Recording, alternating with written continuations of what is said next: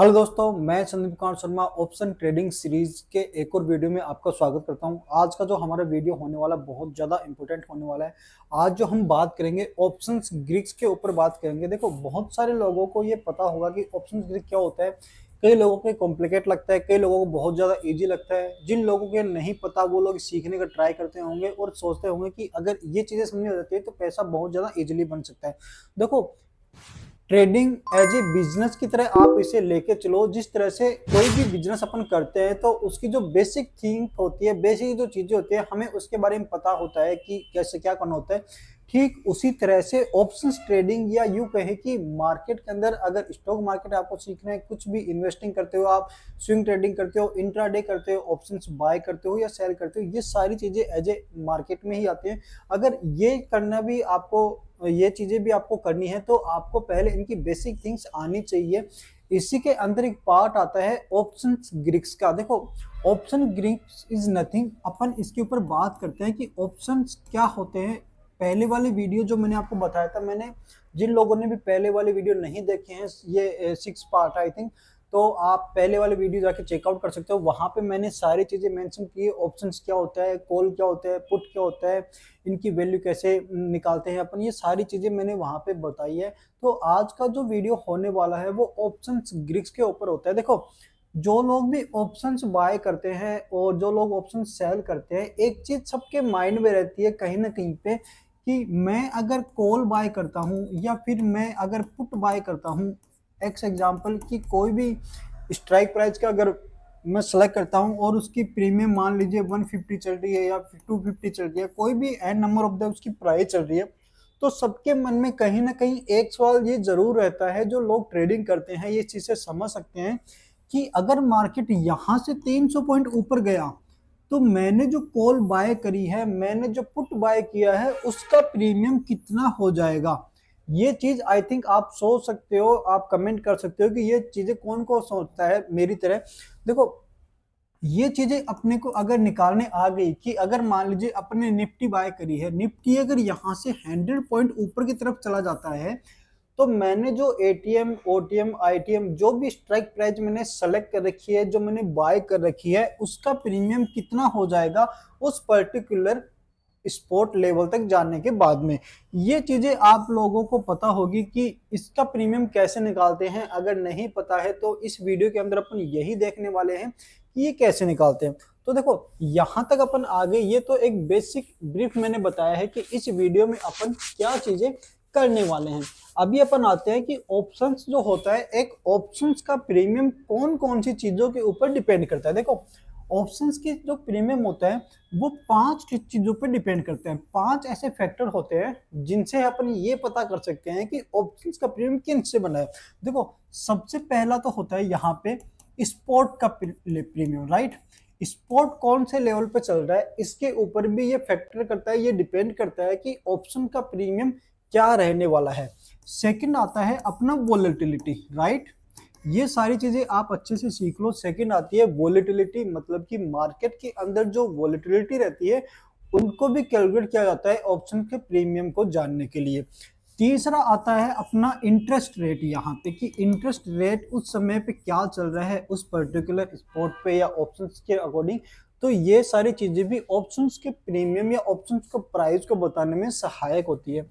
चौथा आता है अपना डिविडेंड, यहाँ पे कि डिविडेंड क्या रहता है उस समय मार्केट के अंदर, ये भी एक ऑप्शंस को प्रीमियम के जानने के काम में आता है। और लास्ट एंड 5 अपना आता है, वो आता है अपना टाइम टू एक्सपायरी।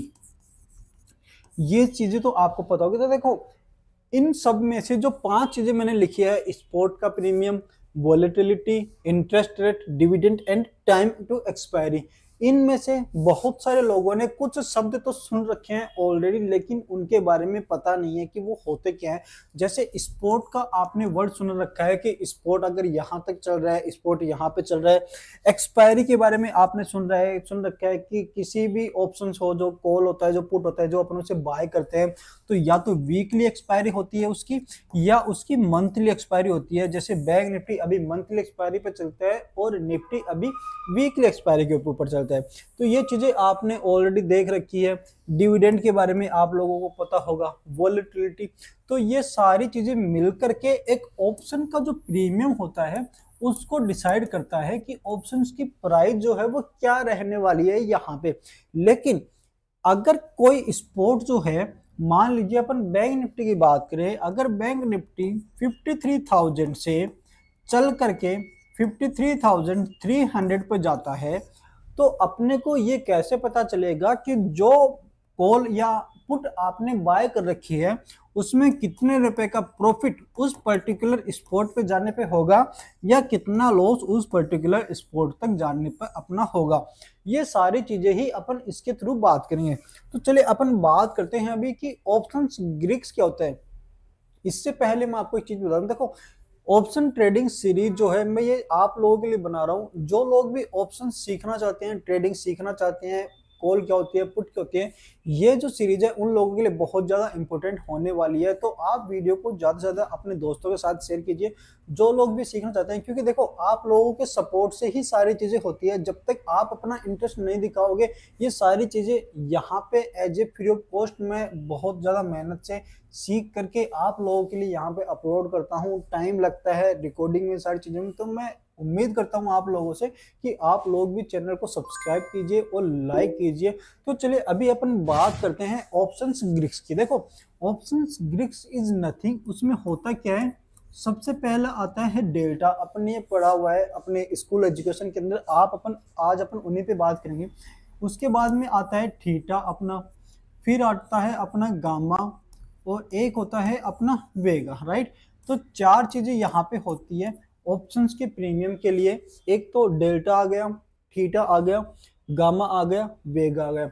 ये सारी चीजें नो डाउट, ये जो वर्ड है ये बहुत ज्यादा कॉम्प्लिकेटेड है। बहुत सारे लोग तो इनको सुन के ही छोड़ देते हैं, लेकिन यहाँ पे अपन इसको बहुत ही इजी तरीके से सीखने वाले हैं कि किस हिसाब से काम करेंगे। तो आज जो अपन बात करने वाले हैं वो डेल्टा के ऊपर बात करेंगे कि डेल्टा क्या होता है।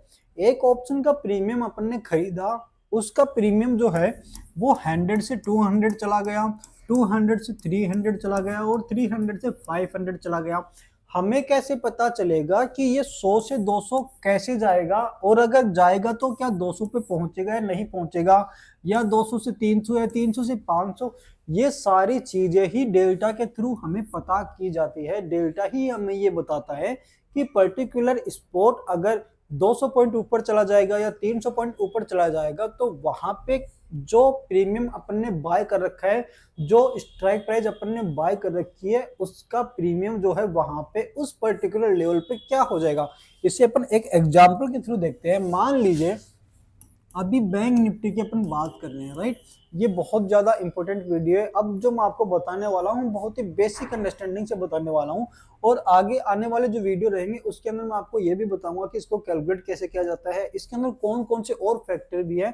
तो पहले देखो अपन स्टार्ट करते हैं डेल्टा के बारे में, ठीक है।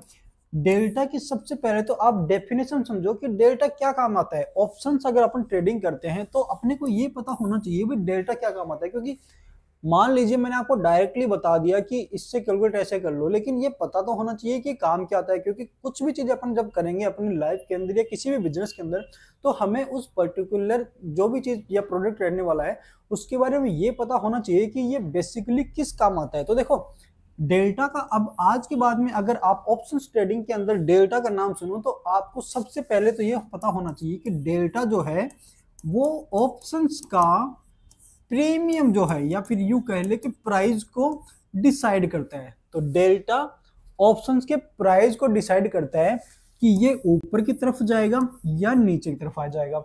आई थिंक यहां तक का वीडियो आपको अच्छे से समझ में आ गया होगा। अगर नहीं समझ में आया तो आप वापस से बैक जाकर के स्टार्टिंग से समझ सकते हो, इसको देख सकते हो। तो बेसिकली डेल्टा की जो डेफिनेशन है बिल्कुल इजी तरीके से रखते हैं ऑप्शन ट्रेडिंग के लिए, कि डेल्टा जो है ऑप्शंस का जो प्राइस है उसको ये डिसाइड करता है कि ये कितना ऊपर जाएगा या कितना नीचे जाएगा, राइट। अब यहाँ पे अपन एग्जांपल लेते हैं। मान लीजिए बैंक निफ्टी की अपन बात करते हैं। आज के दिन करंट समय में बैंक निफ्टी मान लीजिए 53,000 पे चल रहा है, राइट। 53,000 पे बैंक निफ्टी चल रहा है, और स्पॉट जो है आपने बैंक निफ्टी की कॉल बाय कर रखी है। आपने क्या कर रखी है बैंक निफ्टी की, आपने बैंक निफ्टी की कॉल बाय कर रखी है, या यूं कहें कि सी बाय कर रखी है आपने बैंक निफ्टी की, और कौन से स्ट्रोक प्राइस की, ये तो जो बैंक निफ्टी है ये स्पॉट लेवल चल रहा है 53,000, कौन सा चल रहा है 53,000 चल रहा है अपना स्पॉट लेवल। आपने क्या किया है, आपने 53,300 मतलब कि यहां से 300 पॉइंट दूर की आउट ऑफ द मनी जो कॉल है वो आपने क्या कर रखी है, बाय कर रखी है 53,000 की कॉल आपने क्या कर रखी है, यहाँ पे बाय कर रखी है। जिन लोगों को भी आईटीएम ओटीएम ये चीजें नहीं पता है, एट द मनी क्या होती है, इन द मनी क्या होती है, आउट ऑफ द मनी क्या होती है, तो जस्ट इसी सीरीज के पहले वाले पार्ट या दूसरा तीसरा आई थिंक वीडियो होगा, आप जाके वो चेकआउट कर सकते हो कि इन द मनी क्या होता है, आउट ऑफ द मनी क्या होता है, एट द मनी क्या होता है। और इस जो ये जो वीडियो रहने वाला है, इस वीडियो का मैं लिंक भी डिस्क्रिप्शन में डाल दूंगा, तो आप वहां से भी चेकआउट कर सकते हो।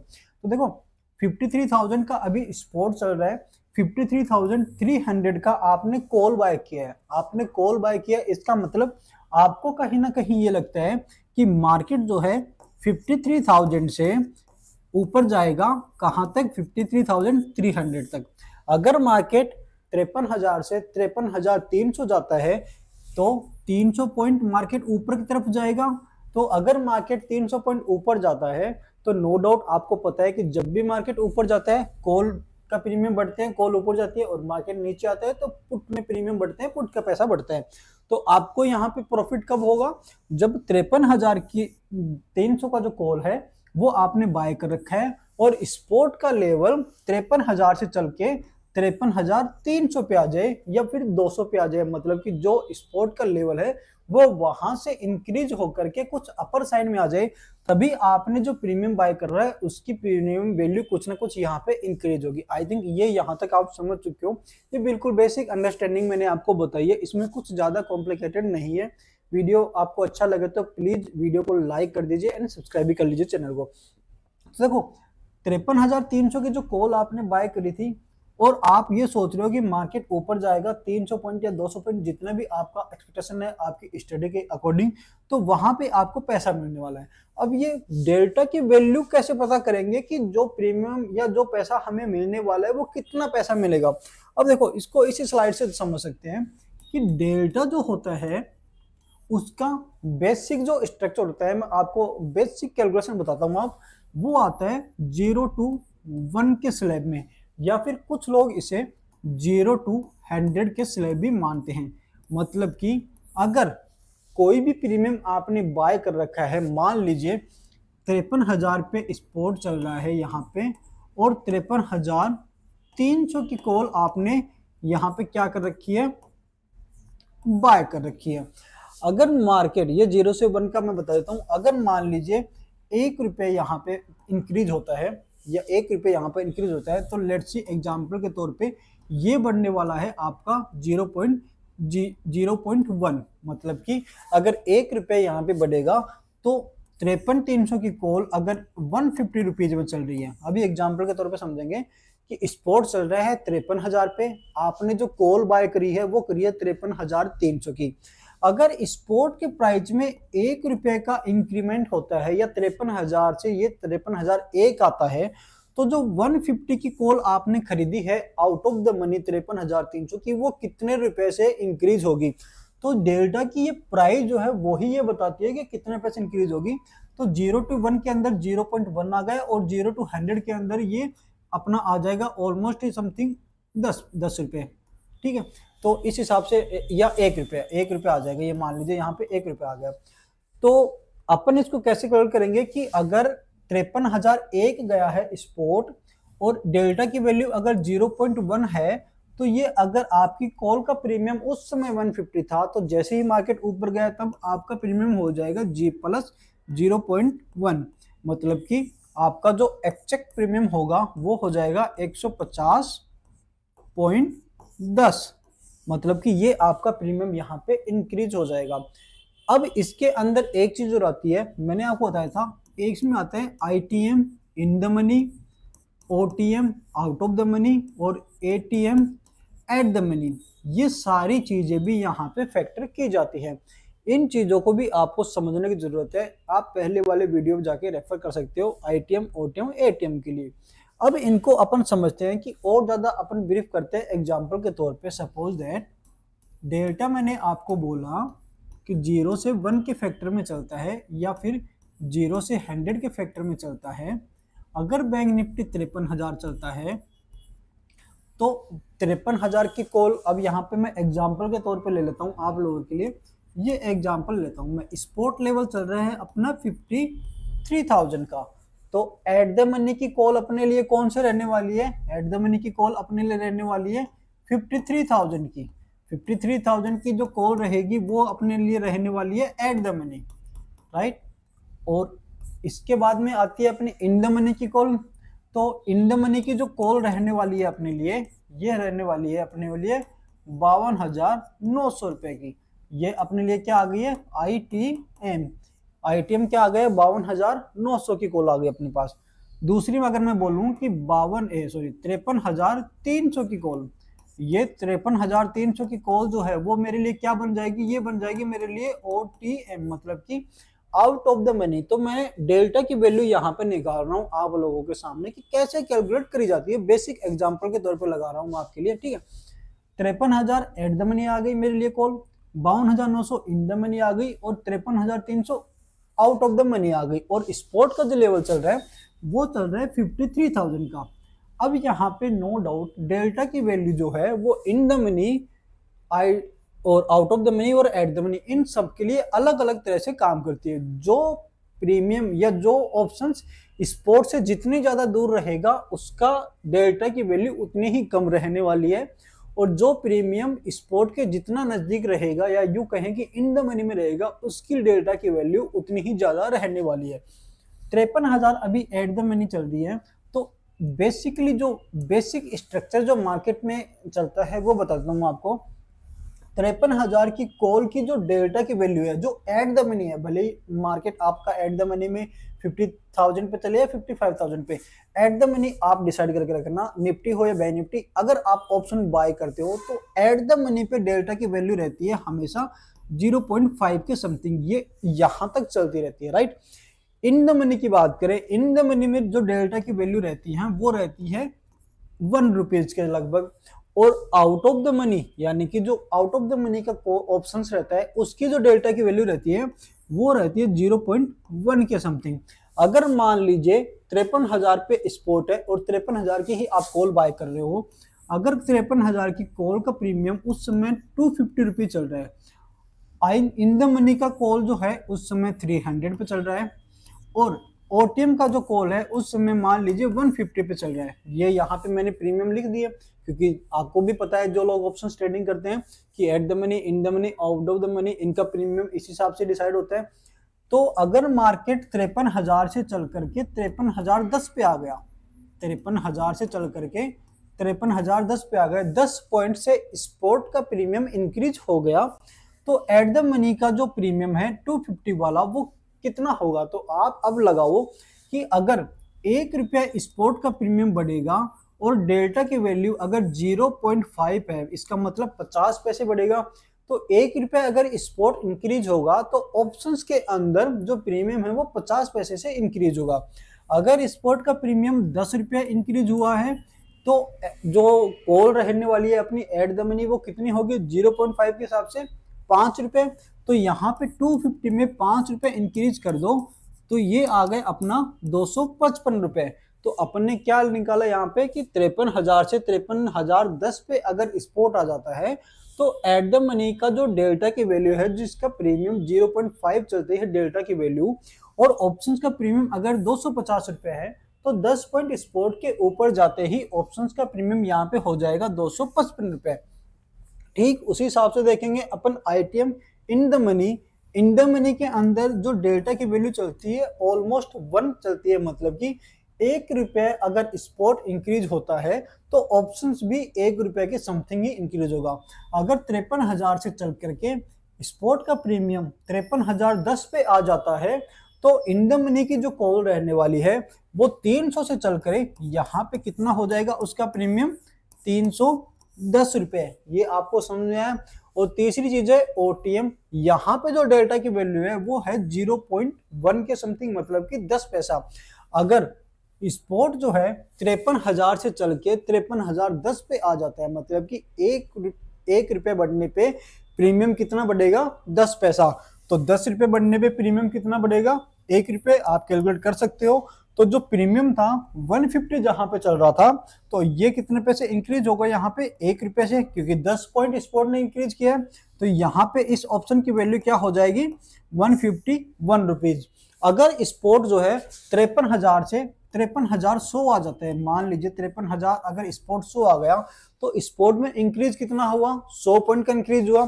तो 100 पॉइंट इंक्रीज होने के बाद में जो आउट ऑफ द मनी है वो कितना बढ़ना चाहिए, 10 रुपये पे 1 बढ़ रहा है, तो 100 रुपये पे 10 बढ़ेगा। तो 150 प्लस 10, तो ये कितना हो गया यहाँ पे, 160 रुपीज। तो ये थी अपनी एटीएम, आईटीएम और ओटीएम। एक चीज मैं आपको यहाँ पे और बताना चाहूंगा, वीडियो आपको अच्छा लगे या ये जो इन्फॉर्मेशन मैं आपको बता रहा हूँ अगर अच्छा लगे तो प्लीज वीडियो को लाइक और सब्सक्राइब जरूर करना। एक चीज और आपको बता रहा हूँ मैं यहाँ पे, अगर आपने 53,300 का जो कॉल बाय किया है और स्पोर्ट जो है उससे पहले 53,000 पे चल रहा है, तो डेल्टा का जो प्रीमियम है, जैसे जैसे स्पोर्ट आगे बढ़ेगा उस हिसाब से डेल्टा का प्रीमियम भी वहां पे चेंज होता रहेगा। ऐसा नहीं है कि डेल्टा का प्रीमियम जो पहले था वही रहने वाला है, क्योंकि जैसे जैसे स्पोर्ट ऊपर की तरफ निकलेगा, जो आउट ऑफ द मनी है वो एट द मनी आएगी और उसके बाद में वो इन द मनी होती जाएगी।